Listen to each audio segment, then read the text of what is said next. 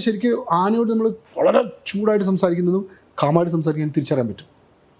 Okay, നമ്മൾ വാക്കുകൾ അറിയാൻ പറ്റും, വാക്കുകൾ, അതിൻ്റെ ഡെപ്ത്, അതിൻ്റെ എന്താ പറയുക, ടോൺ, whatever. ഹ്യൂമൻ ഇമോഷൻസ് മനസ്സിലാക്കാൻ പറ്റുമോ? ഇമോഷൻസ് മനസ്സിലാക്കാൻ പറ്റും. ലൈക്ക് എനി നിങ്ങൾ നിങ്ങൾ ഈവൻ ഏറ്റവും because we come from a land where it is said that ഒരു ആനയ്ക്ക് ഗോഡ്ലി ഒരു ഗുരുവായൂർ കേശവൻ എന്ന് പറഞ്ഞൊരു ഒരു ഭയങ്കര ഒരു ഹൈ പെഡസ്റ്റലിൽ വെച്ചിരിക്കുന്ന ഒരു സ്റ്റേറ്റ് എന്നാണ്. എനിക്ക് അങ്ങനെ റൊമാൻറ്റിസൈസ് ചെയ്യാൻ താല്പര്യമില്ല. I believe in physiology and I believe in science. Okay, so in that point of view, ഇപ്പം ഞാൻ പറയുമ്പോൾ നിങ്ങളൊരു പട്ടി വേണ്ട, നിങ്ങൾ ഡൊമസ്റ്റിക്കേറ്റഡ് ഡോഗ്, നിങ്ങൾ ഒരു പട്ടി നിങ്ങൾ ഓടിക്കാന്ന് വെച്ചു, നിങ്ങൾ നോക്ക്, പരിണാമം വായിച്ചിട്ടുണ്ടോ?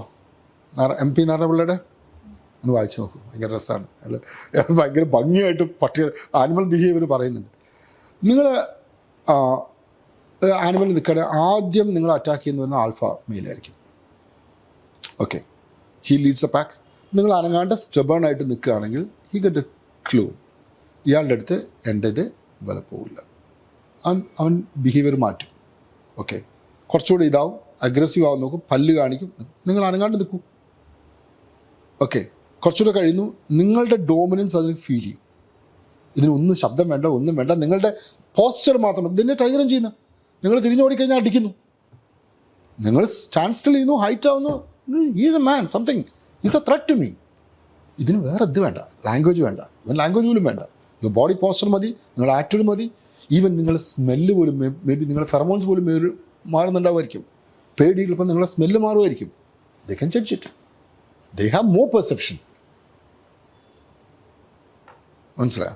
സോ നമ്മുടെ കാറ്റ് ബിഹേവിയർ വലിയ ഫാക്ടർ തന്നെയാണ്. ഇപ്പോൾ ഞങ്ങൾ പറഞ്ഞ ഡോമിനൻറ്റ് ബുൾസ് എന്ന് വളരെ കാമാണ്, വളരെ കാം എന്ന് പറഞ്ഞാൽ ജെൻറ്റിലാണ്. ഒരിക്കലും ഒരു ആൾക്കാർ ടോപ്പ് ബെസ്റ്റ് കുങ്കീസിൻ്റെ കാര്യം ഞാൻ പറഞ്ഞത്, ദേ ആർ ജെൻറ്റിലാണ്, ജെൻറ്റിൽമാൻ. അതൊരു മക്കന നിങ്ങളുടെ അടുത്ത് വരികയാണ്, അൺപ്രഡിക്റ്റബിൾ. ഞാൻ പറയില്ല മറ്റേ പ്രമുഖയുടെ case. So there are lot of behaviour changes. So they can also judge your fear, they can judge. എനിക്കത് വളരെ ഇതാ ഫീൽ ചെയ്തിട്ടുണ്ട്. നിങ്ങൾ നിൽക്കുന്ന ആനയുടെ ഫ്രണ്ട് നിങ്ങൾ നിൽക്കുകയാണെങ്കിൽ, കോൺഫിഡൻ്റ് ആയിട്ട് നിൽക്കുകയാണെങ്കിൽ, he sense you are dominant, careful, handle him careful. അതായത് നിങ്ങൾ വിറച്ചുകൊണ്ട് നിൽക്കുകയാണെങ്കിൽ will charge you. They will be shakers.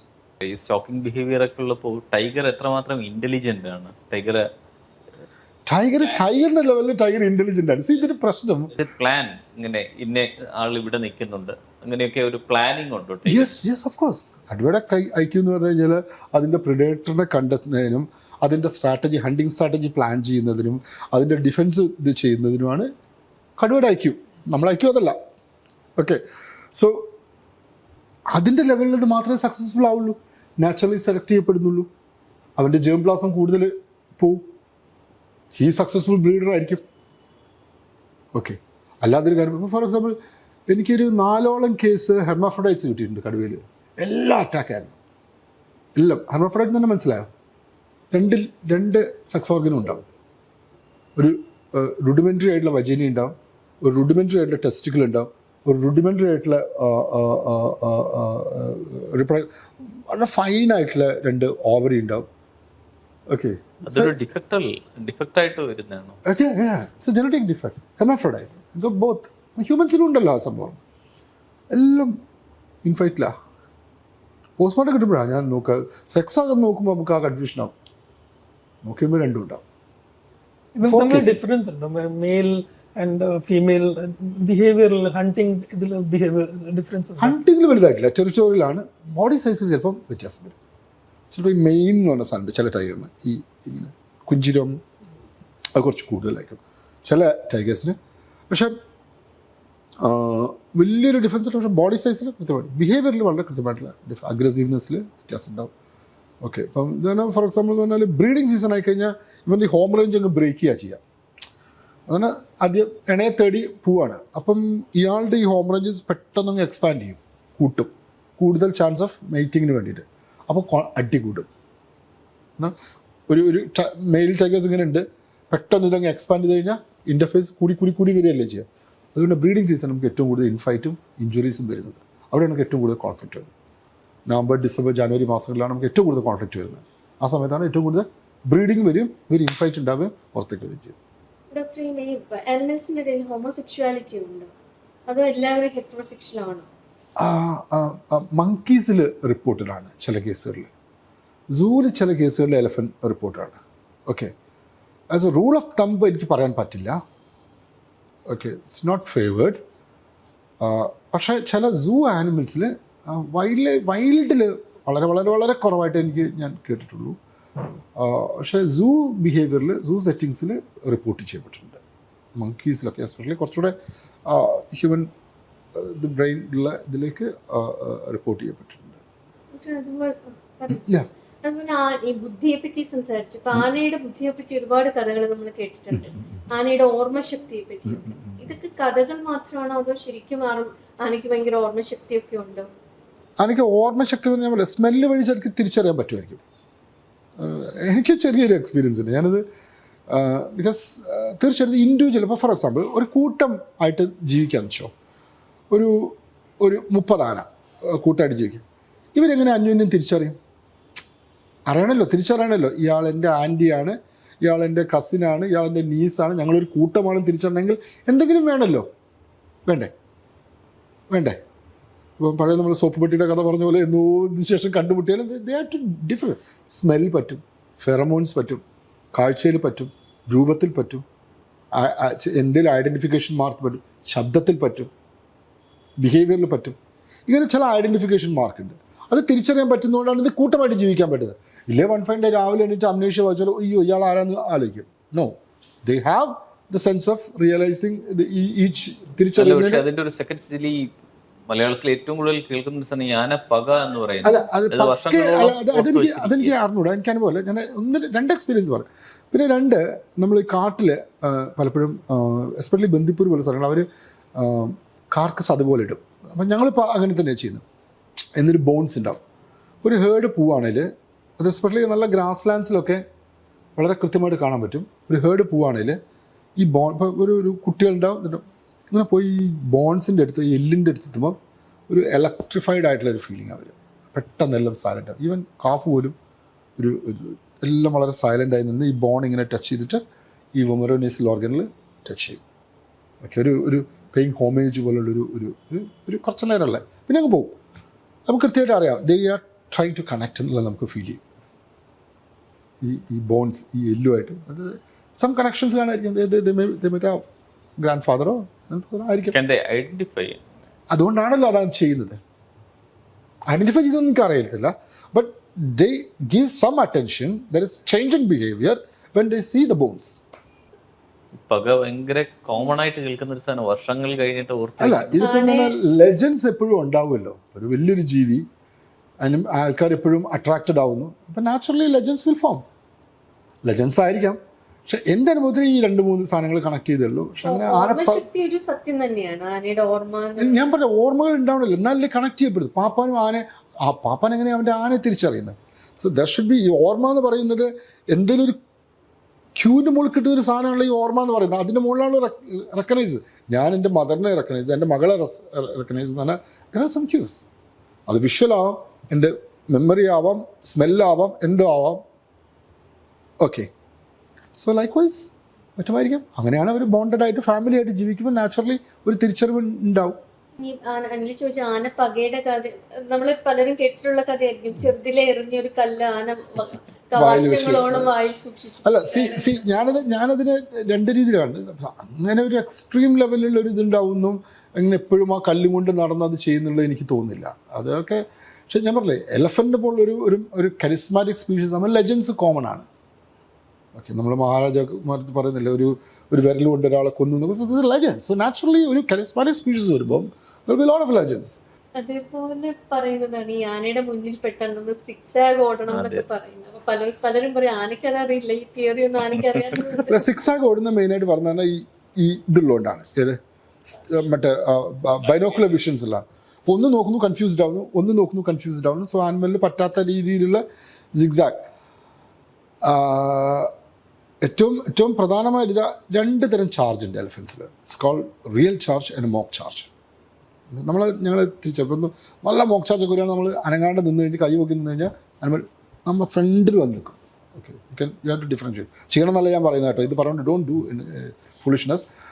എന്ന് പറഞ്ഞാൽ കൃത്യമായി തുമ്പി ഇങ്ങനെ ചുരുട്ടി പിടിച്ചിരിക്കും അകത്തേക്ക്, എന്നിട്ട് ചെവി ശരിക്ക് വെച്ചിട്ട് ടെയിൽ ഇതെടുത്തിട്ട് നമ്മളിങ്ങനെ ഒറ്റ ഓടിക്കലാണ് ഓടിക്കുക. അപ്പോൾ വന്ന് കരഞ്ഞു വിളിച്ച് ബോളം വെച്ചിട്ടാണ് വരിക. തുമ്പി ഇങ്ങനെ മടക്കി ഇങ്ങനെ വെച്ചിരിക്കുക നമുക്ക്. അപ്പോൾ നമുക്കറിയാം ഇപ്പം മോക്ക് ചാർജാണ്, നമ്മൾ അനങ്ങൂല. നമ്മൾ വേറെ 5 മീറ്റർ അപ്പുറത്ത് നിന്ന് സ്ക്രീച്ചത്തെ പോലെ ബ്രേക്ക് ചെയ്ത് കരഞ്ഞുകൊണ്ട് തിരിച്ചു. റിയൽ ചാർജ് എന്ന് പറഞ്ഞാൽ അതൊരു ശരിക്കും പറഞ്ഞാൽ ഒരു ത്രെട്ടിൻ്റെ റിയൽ ത്രെട്ടിൻ്റെ മുകളിലെ ചാർജ് ആയിരിക്കും. എന്ന് പറഞ്ഞാൽ ശരിക്കും തുമ്പി ഇങ്ങനെ എക്സ്റ്റെൻഡ് ചെയ്യും നീട്ടും. He want to grab you. മറ്റത് ഹിറ്റ് എന്നുള്ള ഒരു ലെവലാണ് വരിക. ഹിറ്റ് എന്ന് പറഞ്ഞാൽ അത്ര എഫക്റ്റീവ് അല്ല. മറ്റത് he want to grab you and he want to kill you. അത് നമുക്കറിയാം. റിയൽ ചാർജ് വന്നു കഴിഞ്ഞാൽ ഹി വിൽ ഡെമോളിഷ്. റിയൽ ചാർജിൽ തുമ്പി നീട്ടുകയോ അല്ലെങ്കിൽ ഞാൻ പറയുന്നത് ഇത് ഒബ്സർവേഷൻസ് മാത്രമാണ്. ഇത് വെച്ചിട്ട് ആരും ചെയ്യരുത് ഞാൻ ഒരിക്കലും പറയില്ല. സോ എൻ്റെ മുകളിൽ ക്ലെയിം ചെയ്യുകയും ചെയ്യരുത്. These are some of the observations. There are variations as well. Sir about ഈ എലിഫൻസിനെ പറ്റി പറയും, they are essentially wild animals, അതുകൊണ്ട് അവരെ ടൈം ചെയ്യാൻ പാടില്ല. ഈ അമ്പലങ്ങളിലൊക്കെ ഇപ്പോൾ കേരളത്തിൽ ആനക്കമ്പം ഒരുപാടുണ്ട്. animals are tamed and then paraded for temple festivals and all. അപ്പോൾ അങ്ങനെ ടൈം ചെയ്യപ്പെടാനുള്ള ഒരു ആനിമൽ അല്ല elephants. They are essentially animals in the wild. They should be in the wild. അതിനെപ്പറ്റി എന്താണ് സാറിൻ്റെ? ഡോഗ്സ് എവിടെ ഉണ്ടായത്? tamed and brought from the wild. Wolf, right? Cattle, again. chicken, Gallus sonneratii എന്ന് പറഞ്ഞാൽ കാട്ടുകോഴി എന്നാണ് chicken. So shall we go back to domesticate ചെയ്തു. ഡൊമസ്റ്റിക്കേറ്റ്, അതാണ് സംഭവം. ഡൊമസ്റ്റിക്കേഷൻ എന്ന പ്രോസസ്സ്. ഓക്കെ, ഇത് ഒരു ക്ലാസിക് ആയിട്ട് എക്സ്പെരിമെൻ്റ് ഉണ്ട്. അതാണ് ഡൊമസ്റ്റിക്കേഷൻ്റെ ഏറ്റവും സ്റ്റാൻഡേർഡ് ആയിട്ടുള്ള പ്രൂവൺ ആയിട്ടുള്ള മെത്തഡോളജിക്കൽ ബുക്ക്. ഇയാളുടെ PhD സ്റ്റുഡൻ്റാണ്, സൈബീരിയയിൽ ആണ് ചെയ്യുന്നത്. ഇയാളുടെ വർക്കാണ്.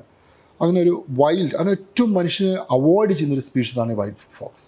ആണ് എൻ്റെ ഓർമ്മ. വൈറ്റ് ഫോക്സ് ആണോ എക്സാക്ട് സ്പീഷീസ്. എനിവേ, ഇതിനെ അവർ പിടിക്കുന്നു, എന്നിട്ട് ഒരു കൂടിലാക്കുന്നു, ഇതിനെ ഫീഡ് ചെയ്യുന്നു.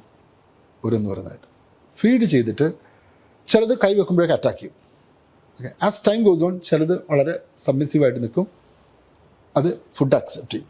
ചിലത് ലൈഫ് ടൈം അക്സെപ്റ്റ് ചെയ്യില്ല. റൈറ്റ്, അതിനെ തുറന്നു വിടും. ഈ അക്സെപ്റ്റ് ചെയ്യുന്നതിനെ കൊണ്ടിരുന്നു ബ്രീഡ് ചെയ്യിക്കുന്നു. രണ്ടാമത്തെ ജനറേഷൻ സെയിം ഇത് ചെയ്യുന്നു. 6-7 ജനറേഷൻ ആകുമ്പോഴേക്ക് ഇത് കംപ്ലീറ്റ് ആയിട്ട് നിങ്ങളെ ദാറ്റ്സ് എ ഡൊമസ്റ്റിക്കേഷൻ. അതല്ല ഇതിൻ്റെ വ്യത്യാസം, അത് മാത്രമല്ല എൻ്റെ വ്യത്യാസം. ഇതിൻ്റെ ഷേപ്പ് മാറുന്നു. നീണ്ട മുഖം പരന്ന മുഖമാകുന്നു. ഹോർമോണൽ പ്രൊഫൈൽ മാറുന്നു. ഡൊമസ്റ്റിക്കേഷൻ്റെ പാർട്ടാണിത്. കംപ്ലീറ്റ് മാറുകയാണ്. അതായത് ഫേഷ്യൽ മോർഫോളജി മാറുകയാണ്. അങ്ങനെയാണ് നമുക്ക് പരന്ന മുകളിലുള്ള പട്ടികൾ ഉണ്ടാകുന്നത്. മനസ്സിലായോ? that means that axis cerebro, that whole axis is twisting. Domestication എന്ന് പറഞ്ഞു കഴിഞ്ഞാൽ വെറും ഒരു ബിഹേവിയർ ചേഞ്ച് അല്ല. It changes your physiology, changes your anatomy, modifies everything. Okay, എലഫൻസിൽ അത് നടക്കും. എലഫൻസ് എന്ന് പറഞ്ഞാൽ മനുഷ്യനെ പോലെ എത്ര ലോങ് ലൈഫ് ടൈമുള്ളൊരു ആനിമലാണ്. എത്ര ജനറേഷൻസ് നിങ്ങൾ ബ്രീഡ് ചെയ്യണം. ഇത് ബ്രീഡിംഗ് ഒക്കെ നടക്കുന്നതിന് ഷോർട്ട് സ്പാൻ ഓഫ് ലൈഫുള്ള ചിക്കനും പട്ടിക്കാണ്. നിങ്ങൾക്ക് 10 ജനറേഷൻ അതിനെ പോറ്റാൻ പറ്റും, നിങ്ങൾക്ക് സെലക്ട് ചെയ്യാൻ പറ്റും. ആനയെ പറ്റുമോ? ഇല്ലെങ്കിൽ പിന്നെ നമ്മൾ ജനറേഷൻ കൊണ്ടുപോകണം. പക്ഷേ ഇങ്ങനെ ചേഞ്ച് ചെയ്യാൻ പറ്റുന്ന ഒരു രീതിയിലുള്ള ടൈഗറിനെ ടൈം ചെയ്ത്, that is why we call tame. It's not domestication. Domestication is totally different. It's breeding നിങ്ങൾ കൺട്രോൾ ആവുന്നതോടെയാണ് ഡൊമസ്റ്റിക്കേഷൻ സ്റ്റാർട്ട് ചെയ്യുന്നത്. നിങ്ങളുടെ ബ്രീഡിങ് അതിൻ്റെ എല്ലാ ആട്രിബ്യൂട്ട്സും നിങ്ങളുടെ കയ്യിൽ വരുന്നതോടെയാണ്. അതിൻ്റെ പശുക്കളിൽ ലാക്ടേഷൻ ആയിരിക്കും, കോഴിക്ക് ചിക്കൻ മീറ്റ് ആയിരിക്കും, ചിലത് മുട്ടയായിരിക്കും. ആ ട്രേറ്റ്സിനെ നമ്മൾ ഡെവലപ്പ് ചെയ്ത് that is a domestication process. ആ ട്രേറ്റ്സിനെ നമ്മൾ കൊണ്ടുവന്ന് നമ്മുടെ പർപ്പസിലേക്ക് കൊണ്ടുവന്ന് that's we are controlling breeding. അതായത് 10 മുട്ടയിടുന്ന ഒരു കോഴിയെ നമ്മൾ കൂടുതൽ അന്യോന്യം ബ്രീഡ് ചെയ്ത് അത് അപ്പോൾ 50 മുട്ടയോ 100 മുട്ടയോ കൂടി ഒരു ട്രേറ്റ് അതിനെ മാത്രം ഫോക്കസ് ചെയ്ത് നമ്മൾ ബ്രീഡ് ചെയ്ത് കൊണ്ടുവരണം. എലഫൻറ്റിന് നമ്മൾ എന്ത് ട്രേറ്റാണ് നമ്മൾ ബ്രീഡ് ചെയ്യാൻ എടുക്കുക? കൊമ്പിൻ്റെ സൈസോ ഇതിൻ്റെ സൈസോ എഴുന്നള്ളക്കത്തിൻ്റെ ഇത് നിൽക്കുന്നോ? Why? Which trait we have to choose? അങ്ങനത്തെ ഒരു ട്രേറ്റ് ഇല്ല. അതിൻ്റെ ട്രേറ്റ് എന്ന് പറഞ്ഞാൽ ഇങ്ങനത്തെ ഇത് മാത്രമേ ഉള്ളൂ. അങ്ങനത്തെ ട്രേറ്റ് ഐഡൻറ്റിഫൈ ചെയ്യാനും ബുദ്ധിമുട്ടാണ്. മാത്രം ലോങ് ജനറേഷൻ സ്പീഡ്സ് നിങ്ങൾക്ക് ഇത് ചെയ്യാൻ പറ്റത്തില്ല. But there's nothing called domestication of there is no domestication of elephants. It is impossible. Only taming, like you tame the tiger. അപ്പോൾ taming, is it right, like in the sense you have all these elephants being paraded in the public space? ഇത് എൻ്റെ personal opinion ആണോ ചോദിക്കുന്നത്, right or wrong എന്ന് ചോദിക്കുന്നത്? I M against that. എൻ്റെ വ്യക്തിപരം ഇതൊരു social ചോദ്യമാണ്. ഞാനല്ല അതിന് ഉത്തരം പറയേണ്ടത്, സമൂഹമാണ് ഉത്തരം പറയേണ്ടത്, അല്ലെ പോളിസി മേക്കേഴ്സാണ് ഉത്തരം പറയേണ്ടത്. എന്നെ സംബന്ധിച്ചോളം ഒരു വ്യക്തി എന്നുള്ള നിലയിൽ എനിക്കിഷ്ടമല്ല.